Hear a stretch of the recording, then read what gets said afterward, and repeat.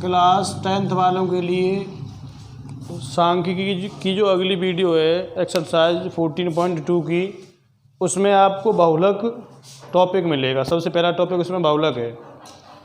तो बहुलक क्या होता है आप 9th में भी इसके बारे में पढ़ चुके हैं, लेकिन 9th वाले बहुलक में और यहाँ जो बहुलक पूछा जाएगा उसमें थोड़ा सा अंतर है। क्या अंतर है उसे मैं अभी क्लियर कर देता हूँ। बहुलक होता क्या है? वह प्रेक्षण मान जो सबसे अधिक बार आए बहुलक कहलाता है, या जिसकी बारंबारता अधिकतम हो उसे ही क्या कहते हैं? हम बहुलक कहते हैं। जैसे 9th में था संख्या 2 3 5 7 2 5 2 3 2 2 5 में बहुलक क्या है? अब देखो एक चीज़ ध्यान से देखें, इसमें कौन सा ऐसा डिजिट है, कौन सा ऐसा नंबर है जो सबसे ज़्यादा बार आया है? तो ध्यान से देखें। अगर 2 की बात करूं तो 1 बार, 2 बार, 3 बार, 4 बार और 5 बार। 1 2 3 4 5, 2 इसमें 5 बार आया है जो कि सबसे ज़्यादा है। इसीलिए यहाँ जो बहुलक है वो तुम्हारा क्या होगा? 2 होगा। ये बात, इतनी बात 9th तक पूछी गई थी, क्लास 9th। लेकिन अब 10th में क्या है, ऐसे आंकड़ों को, ये जो डाटा है इसे अवर्गीकृत डाटा कहते हैं, यानी इसमें कोई वर्ग नहीं है। लेकिन अब यहाँ आप पढ़ोगे, यहाँ पढ़ोगे आप वर्गीकृत डाटा के लिए। कौन से डाटा के लिए? वर्गीकृत।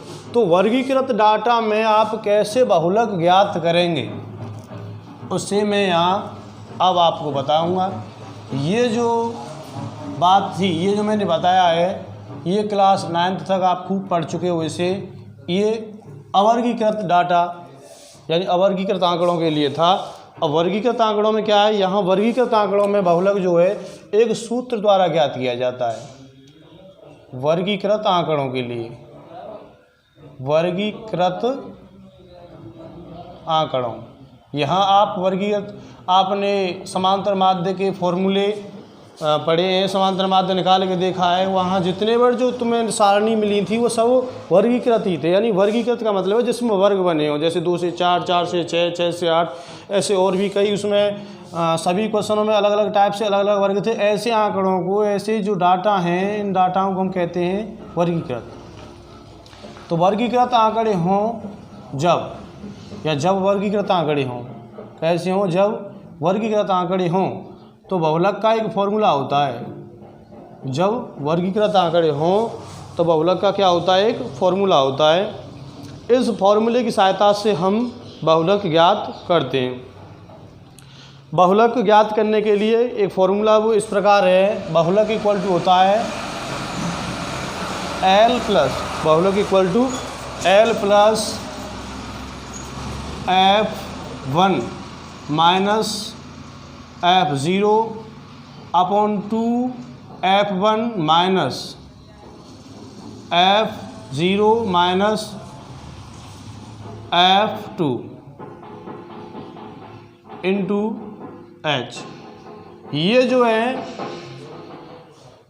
वर्गीकृत आंकड़ों में बहुलक का फॉर्मूला होता है। अब यहाँ कौन सी क्या चीज़ है इसे मैं बता देता हूँ। देखो L बराबर होता है यहाँ बहुलक वर्ग की, बहुलक वर्ग की निम्न सीमा, बहुलक वर्ग की निम्न सीमा। याद रखने का मतलब है, L का मतलब होता है लो और लो का मतलब होता है निम्न। तो इस प्रकार आप इसे याद रख सकते हो। बहुलक वर्ग की निम्न सीमा L से इसीलिए व्यक्त किया गया है क्योंकि L का मतलब होता है यहाँ लो और लो का मतलब होता है निम्न यानी नीचे। इसके बाद इसमें है F1। ये F1 जो है यहाँ है बहुलक वर्ग की बारंबारता, बहुलक वर्ग की बारंबारता। F1 क्या है? बहुलक वर्ग की बारंबारता।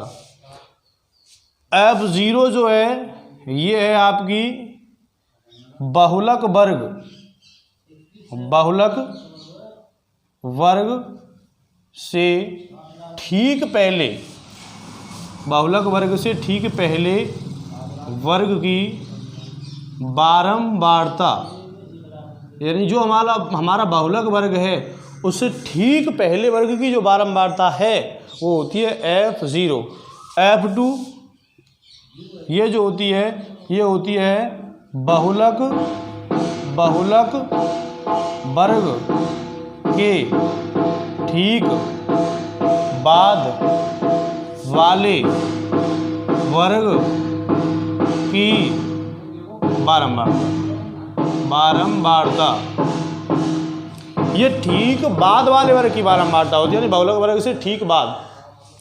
अब ये नहीं याद रखने की जो विधि है वो कैसे है उसे मैं बताता हूँ। मैं एक बात बताओ, 0 1 से पहले आती है या 1 के बाद आती है? सभी का जवाब होगा 1 से पहले। तो हाँ, यही तो है इसका याद रखने का तरीका, ठीक पहले, यानी 1 से 0 पहले है इसलिए ठीक पहले वर्ग की बारंबारता है। और दूसरी बात, 2 जो है वो 1 से पहले की नहीं है, 1 के बाद की है। 2 कैसी है? 1 के बाद, इसीलिए ये ठीक बाद वाले वर्ग की बारंबारता, क्योंकि 2 1 के ठीक बाद आती है, इसलिए ठीक बाद वाले वर्ग की बारंबारता। ठीक बाद का मतलब ये नहीं कि आप 2-4 वर्ग नीचे चले जाएं, उसके जस्ट अगला वर्ग, उससे जस्ट अगला, यानी बहुलक वर्ग से जस्ट अगला वर्ग है वही क्या होगा? बहुलक वर्ग से ठीक बाद वाले वर्ग की बारंबारता। ये फॉर्मूला है। H क्या है? H क्या है? वहाँ क्या हुआ करती थी H, जो समांतर माध्य जो आप पढ़े थे, जिसमें पग विचलन विधि में H का वहाँ भी एक जिक्र हुआ था। वहाँ H थी सभी D का जो कॉमन फैक्टर था, उभयनिष्ठ गुणनखंडा वो हुआ करती थी H। लेकिन यहाँ H क्या है? यहाँ H वर्गांतर है। क्या है? वर्गांतर। अब वर्गांतर क्या है? तुम कह रहे होंगे भाई ये तो बिल्कुल नई चीज़ आई, हमने नहीं कभी पढ़ा है, तो मैं बता देता हूँ वर्गांतर क्या है। आपने वर्ग तो देखे हैं, जैसे वर्ग होता है 4 से 5, 4 से 6 है, 6 से 8 है, 8 से 10 है, ये होते हैं वर्ग, सबको पता है। बोलो होते हैं नहीं होते हैं? यही होते हैं ना। अब वर्गांतर कैसे? ये वर्ग तो हैं पर वर्गांतर कैसे देखें? तो देखो ध्यान से देखो, 4 और 6 कितना अंतर है? 2। 6 और 8 कितना अंतर है? 2। 8 और 10 कितना अंतर है? 2, यानी 2 का अंतर है।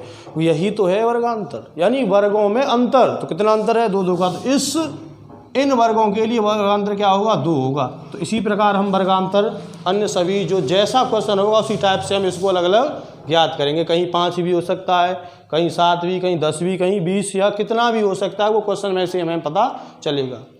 तो आपको ये सब समझ में आया होगा, आप इसे नोट कर लीजिए। तब तक के लिए मैं यहाँ से हट जाता हूँ, उसके बाद फिर मैं इसे ख़त्म करूँगा, आप जब नोट कर लीजिए।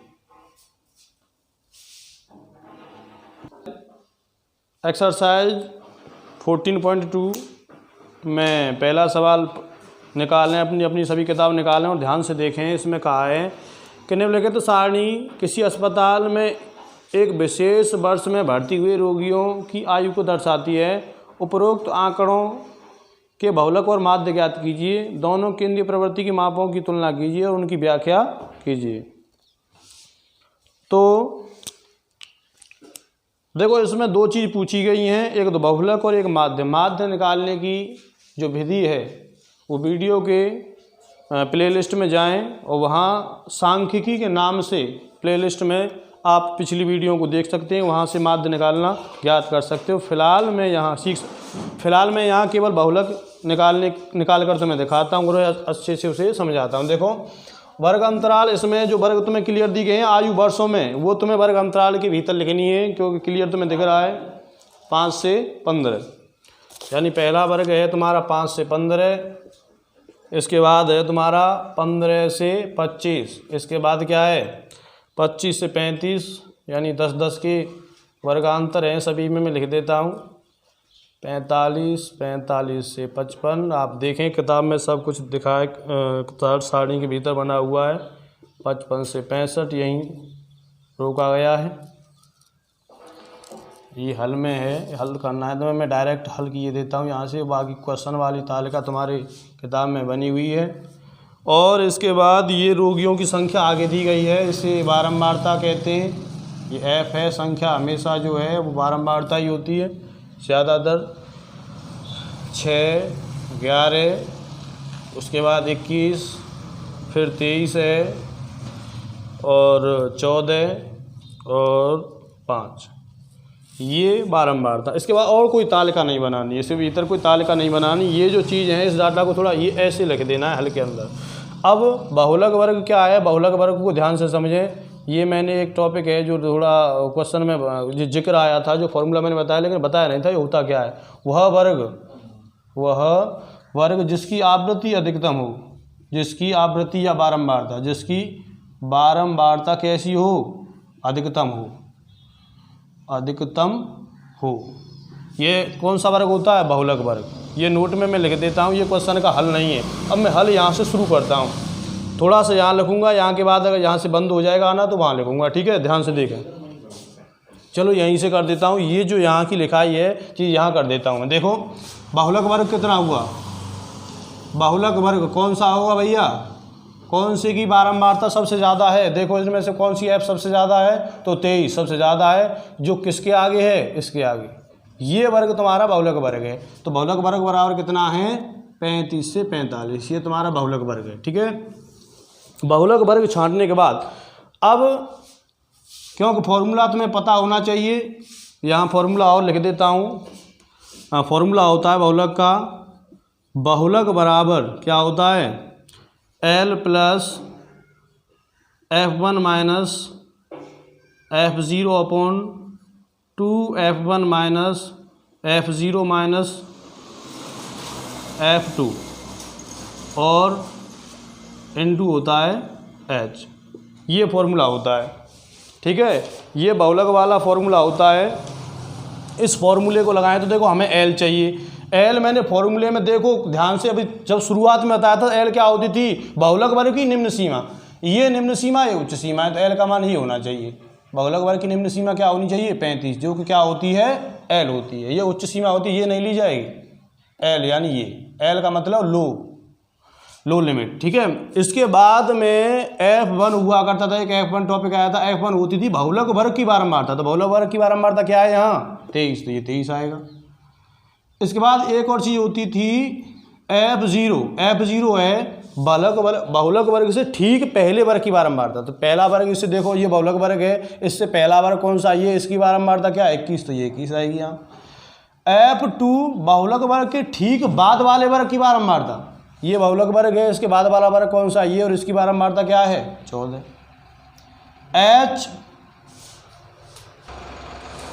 H क्या है, वर्गांतर। देखो सभी वर्गों में कितने कितने का अंतर है, 5 से 15, 10, 15 से 25, 10, 25 से 35, 10, इन सभी में 10 का अंतर है। ध्यान से देखो, तो H का मान यहाँ माध्य की तरह नहीं है, थोड़ा अलग होता है। यहाँ H का मान वर्गांतर होता है, तो वर्गांतर कितना है, 10 का। सभी में 10 का अंतर है। ये सभी मान निकालने के बाद अब इन्हें फॉर्मूले में लगाकर हमें बहुलक प्राप्त करना है। तो बहुलक बराबर मैं सीधा प्राप्त करूँगा L प्लस, L कितना है भैया, L है तुम्हारा 35 प्लस, इसके बाद आनी है F1 कितना है, 23 माइनस F0 कितनी है, 21 अपॉन 2F1, तो 2 और F1 कितना है, F1 है 23 माइनस करोगे F0 कितनी है, 21 माइनस F2 कितनी है, 14 और H कितनी है भैया, 10, ठीक है। यहाँ से इसको थोड़ा सा और हटा देता हूँ, ये सब आपने नोट कर ही लिया होगा, या फिर वीडियो को रोक कर वहीं से नोट कर लेना। तो ये हो जाएगा 35 प्लस 23 में से 21 जाएगा तो 2 तो यहाँ रह जाएगा, और 23 का 2 से गुणा करें तो ये हो जाएगा 46, 23 गुणा 2 मतलब 40, 23 दूनी 40, माइनस ये माइनस वालों को जोड़ दो, या फिर 40 में से एक बार 21 घटा दो और एक बार 14 घटा दो, गुणा करना है कितना, 10। तो 35 प्लस 2/40 में से 21 घटाओ तो ये कितना बचेगा, 6 में से गया तो 5 और 4 में से 2 गया तो 2, 25, और फिर अभी 14 और भी तो घटाने, तो 14 को यहीं रहने दें, अब की लाइन में ऐसे भी घटाएंगे। तो 35 प्लस 2/25 में से 14 जाएगा तो ये बचेगा 11 गुणा 10। अब देखें तो 35 तो ऐसे के ऐसा ही रहना है, 10 दूनी कितना होगा भैया, 20, और नीचे कितना है, 11। बस इसे पॉइंट मिलाकर जोड़ दीजिए, यही आपका क्या है उत्तर। तो 35 प्लस 11 से 20 में भाग देकर इसे दशमलव बना लीजिए। 11 एकम 11, अब बच्चे कितने 9, 0 बढ़ाएं, यहाँ पॉइंट लगाएं। 90 में 11 8 88, बच्चे कितने 2, 0 बढ़ाएं, पॉइंट पहले से लगाइए। 11 एकम 11, इस प्रकार ये आएगा 1.81, जोड़ोगे तो कितना हो जाएगा 36.81, ये आपका उत्तर। ऐसे आपको ये निकालने हैं। हाँ, तो अगला क्वेश्चन और एक और बता देता हूँ, समझ में अच्छे से आ जाएंगे। बिल्कुल सेम है जैसी पहली एक्सरसाइज थी। पहली एक्सरसाइज में लगभग सभी क्वेश्चन एक जैसे थे, ठीक है। ऐसे ही इस एक्सरसाइज में भी सभी क्वेश्चन एक जैसे हैं। एक दो क्वेश्चन मैं बताऊंगा तो आपके अच्छे से समझ में आ जाएंगे। देखो, निम्नलिखित आंकड़े 225 बिजली उपकरणों के प्रेक्षित जीवन काल की सूचना देते हैं। उपकरणों का बहुलक जीवन काल ज्ञात कीजिए। वही बहुलक निकालना है, तो मैं हल वाली जो तालिका है हर बार अलग बनाता हूं। तो ये जैसे बहुलक की एक जैसी है, समांतर माध्य वाली एक जैसी हुआ करती थी, ऐसे हर एक बहुलक वाली जो तालिका है वो इसी टाइप में आपको लिखनी है। और ये जहाँ जो है डाटा लिखना है जो लिखा हुआ है। इसके बाद बहुलक वर्ग ध्यान से देखें और मुझे बताएं कौन सा है बहुलक वर्ग, कौन सा है इसमें बहुलक वर्ग कौन सा है, बताइए कौन सी सबसे ज़्यादा बारंबारता है। तो इससे ज़्यादा तो है नहीं 61, और ये कौन से वर्ग में आती है 60 से 80, तो यही वर्ग कौन सा है बहुलक वर्ग है। ये कौन सा वर्ग है बहुलक वर्ग। बहुलक वर्ग से हमें ये एल का मान लेना पड़ता है, यानी इसकी जो निम्न सीमा है वो लेनी पड़ती है। तो एल, इसे एल से व्यक्त करते हैं। एल कितना है यहाँ 60, इसका कोई काम नहीं है यहाँ। इसके बाद ये को एक चीज़ हुआ करती थी यहाँ F1। F1 क्या होती है बहुलक वर्ग की बारंबारता। बहुलक वर्ग क्या है यहाँ 60 से 80, ये वाला जो वर्ग है ये कौन सा है बहुलक वर्ग 60 से 80, तो इसकी बारंबारता यहाँ कितनी है 61। इसी प्रकार F0 ये मैंने पहले ही बता चुका हूँ, बहुलक वर्ग से ठीक पहले वर्ग की बारंबारता, ठीक पहला वर्ग ये बारंबारता ये। इसके बाद F2 बहुलक वर्ग के ठीक बाद वाले वर्ग की बारंबारता, बहुलक वर्ग ये, इसके बाद वाला वर्ग ये, बारंबारता 38। एक चीज़ और H, तो H क्या है, H है तुम्हारी H इक्वल टू वर्ग अंतर, यानी वर्गों में अंतर। तो वर्ग में सभी वर्गों में ध्यान से देखें कितने का अंतर है 20-20 का, यानी 0 से 20 का अंतर, 20 और 40 में 20 का अंतर, 40-60 में 20 का अंतर। तो यहाँ ये H है यानी वर्ग अंतर, वर्ग अंतर। फॉर्मूला लगाएं, बहुलक बराबर L plus F1 minus F0 upon 2 F1 minus F0 minus F2 into H। L कितनी है 60 प्लस F1 कितनी है 61, F0 60, 2F1 तो 2 गुणा 61, F0 और 2F1 माइनस F0 कितनी है, ये ऊपर है थोड़ा, सॉरी ये गलत हो गया है, F1 माइनस ये F0 है यहाँ। तो F0 कितनी है भैया, F0 है 52। ये तो L सॉरी 60 तो L का मान है, ये थोड़ा मुझे गलत हुआ, ये सही कर दिया मैंने। इसके बाद F0 52 और फिर F2 कितनी है भैया, F2 है तुम्हारी 38, ये है, और गुणा में आ जाएगा 20।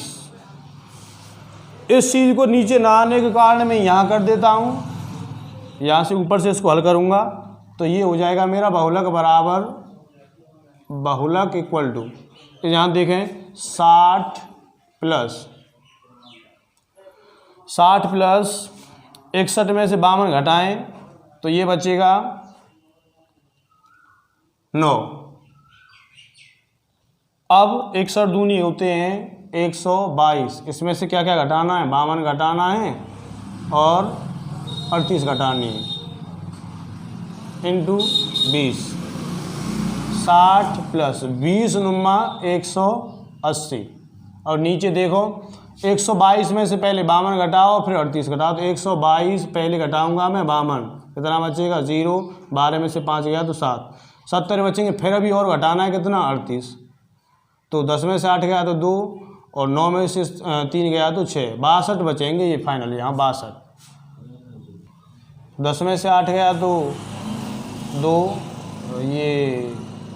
ये 6 में से 3 गया, सॉरी 3, ये 32 यहाँ बचेगा। ये 32 अब इससे तुम्हें हल करना है इसे, यानी इसे पॉइंट में बनाकर यहाँ इसे जोड़ दीजिए। तो क्या बचेगा देखो, तो 60 प्लस 20, तो ये ऊपर यहाँ 20 में 180। अब भाग दें तो 32 से भाग देना है 180 में, या फिर इसे काट कर भी कर सकते हो, इसे 16 और इसे 90 और काटें तो 8 और 45, तो इसे कर सकते हैं 60 प्लस 45 बटे 8। 8 पंजे 40, बचे कितने 5, 0 बढ़ाएं, यहाँ पॉइंट लगाएं, और 8 पंजे 40 और 8 छिंगे 48, 6 बार चला जाएगा, बचेंगे कितने 2, 0 बढ़ाएं, तो ये होगा कितना 60 प्लस 5.6, जोड़ोगे तो 65.6, ये उत्तर आएगा आपका। यहाँ से आगे और दे रहा हो तो पॉइंट में इसे भी आगे बढ़ाकर यहाँ जोड़ सकते हैं। ठीक, बाकी जो क्वेश्चन है उसे उन्हें अगली वीडियो में देख लीजिए। ये वीडियो थोड़ी लंबी हो जाएगी, इसलिए ये जो वीडियो है इसमें कॉन्सेप्ट और मैंने 2 सवाल बता दिए। हालांकि ऐसा नहीं है कि इसके बाद आप क्वेश्चनों को ना कर पाएँ, लगभग सभी क्वेश्चनों को आप कर सकते हैं। वैसे तो मैं बताऊंगा, पर सभी क्वेश्चनों को आप कर भी सकते हैं। ऐसा नहीं है कि इन 2 क्वेश्चनों को देखकर आप बैठ जाएं, ऐसा नहीं करना है। और भी जितना प्रयास हो सके आगे भी आपको इसमें करना है। दूसरी बात यह है कि इसमें 65.625 आ रहा है उत्तर में, तो आप उसको आगे पॉइंट में और भी बढ़ा सकते हैं। ठीक है, यहाँ तक छोड़ दें तब भी कोई बात नहीं है। ठीक है, वीडियो देखने के लिए धन्यवाद।